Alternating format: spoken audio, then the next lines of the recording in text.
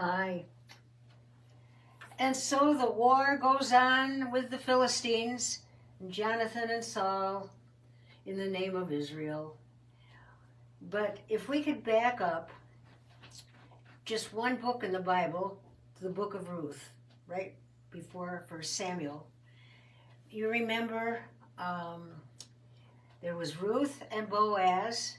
They had a baby boy named Obed. Obed had a little boy named Jesse, and Jesse had a little boy named David. And I want to bring you to a scripture which I'm going to list. But the prophet Isaiah said, there shall come a root out of a dry ground, a leaf, a sprout out of a dry ground, out of the root of Jesse. Oh, what a prophecy that is. So here we have Jesse. He's got 8 boys.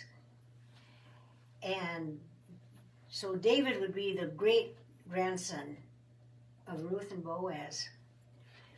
Well, as the King Saul was going off the rails, and Johnathan was concerned about his dad, Samuel decided he was going to have a banquet because the Lord had told Samuel that he had a new king picked out, and he wanted Samuel to anoint him to be the next king of Israel, a far better king than Saul turned out to be.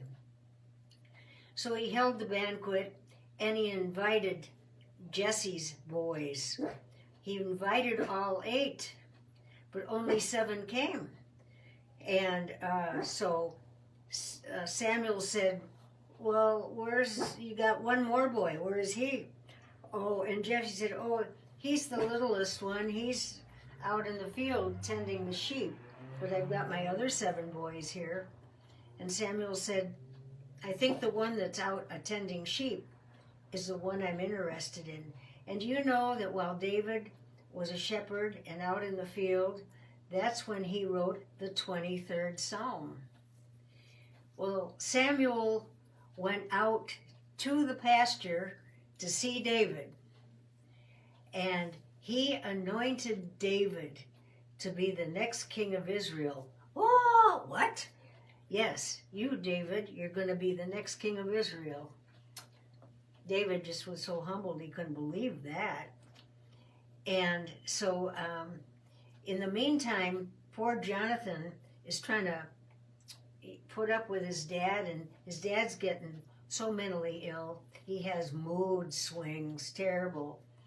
In fact, he has threatened death even to those that have been his friends. So it's in a bad way. But David would not become king until Saul's death. But Johnathan and David were all buddies like that, the best of friends. And I'm going to leave it off there right now so I don't go over my time. But I'll be back again. Something very interesting is going to happen. Bye-bye.